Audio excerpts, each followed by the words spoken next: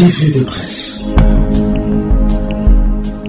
Passy, nous te disons merci pour la présentation de cette revue de presse et sans plus tarder, nous revenons pour la présentation des informations au niveau local. Merci Sylvain, à toutes et à tous, bienvenue. Je l'ai dit sommairement, l'Agence nationale de l'électrification et des services énergétiques en milieu rural et périurbain ANSER sigle a animé une conférence de presse hier mardi à Kinshasa. Concernant la province du Kasaï central, les études ont été clôturées sur la chute Mbombo et les travaux d'ouverture de la voie d'accès au site et de construction de la base vie qui sont en cours. Des précisions avec le directeur général de l'ANSER, Cyprien Moussemar, dans ses propos recueillis sur Kananga 24. À Kananga, il y a un problème d'électricité, c'est vrai. J'étais avec le chef de l'État le 24 décembre à Kananga.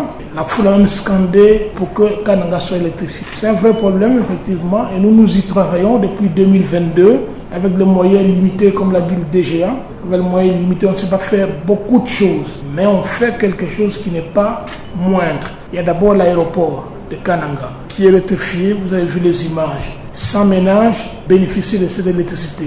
Il y a à court terme ou à moyen terme la possibilité de l'interconnecter au réseau SNEL, ce que vous aviez demandé. Ça c'est possible, on est en train de réfléchir, d'autant plus que, à part cette centrale de l'aéroport de Kananga, il y a une centrale plus importante. Celle-là, c'est de 800 kW crête que nous sommes en train d'installer à l'Athénée de Kananga, à l'hôpital et dans certains milieux. Ça, c'est par le réseau SNEL que ça va être transporté. Le courant sera transporté dans le réseau SNEL. Et en attendant que le grand projet Mbombo soit fini, nous avons reçu du chef de l'État la responsabilité d'exécuter les travaux du projet Mbombo.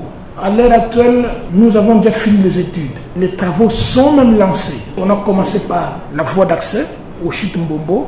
On a aussi commencé par la base vie qui se situe à côté des chutes sur la rivière Louloua. Ce n'est qu'après ces travaux-là, on va pouvoir commencer à passer aux travaux de génie civil. Donc un projet en cours, Kananga n'est pas délaissé pour que toute la ville soit complètement électrifiée. Et puis l'actualité sur Kananga 24.